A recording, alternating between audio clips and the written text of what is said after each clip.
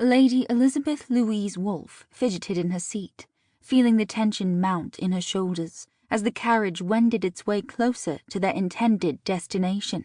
Craigach War, a no-man's land 8 months after Culloden. The old laird had been executed, the elder son as well, traitors to England, so she'd been told. Now, if only to further someone's notion of justice, she was consigned to wed the younger son, who was only too callow to reveal himself a traitor, as yet. What was he, 14, 15? Young and malleable, Callum MacKinnon was to be softened by Elizabeth and then mentored by her uncle. If she succeeded, England would have itself a new northern friend. If she failed, she would be married to an undesirable at best, a traitor at worst. But that alone wasn't what bothered her most. Rather, she appreciated men and women who followed the dictates of their hearts and stood up for causes they believed in, like her. Or at least she liked to believe they were like her. And really, it took courage even to distribute pamphlets to rouse interest for the defense of runaway slaves, as her mother had done.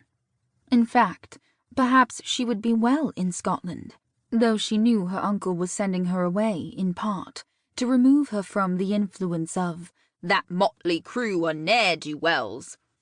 Still, it didn't help her mood all that much to know that she must do this alone, with only her chaperone for company. Wasn't a wedding supposed to be the grandest thing ever? It was the worst. Her father couldn't be roused from his travels to join her.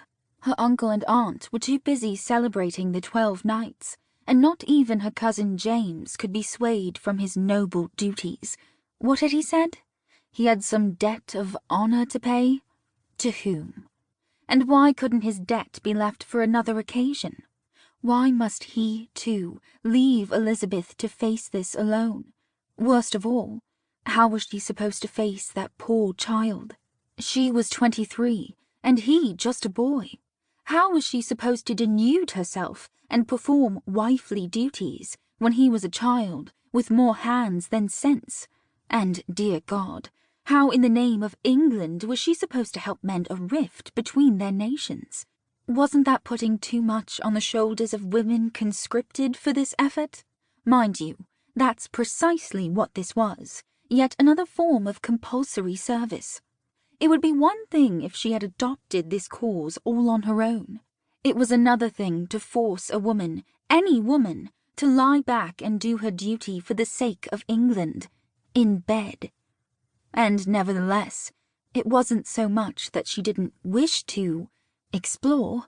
It was merely that she wished it to be her own choice, not that of her uncles or cousins. Upsetting herself more and more with dark thoughts, she considered that she was being used for a crusade not her own, while, in truth, she didn't have any meaningful opinions about the king over the water.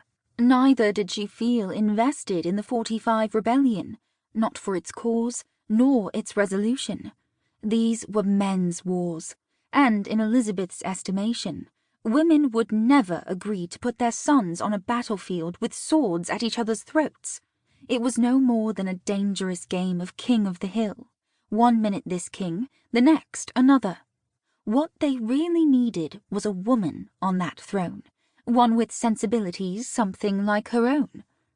Tapping her fingers impatiently, she flicked a glance at Mrs. Grace, the only person in her life who had ever truly understood her, except for maybe her cousin, James, although he, in fact, was the very author of a misery.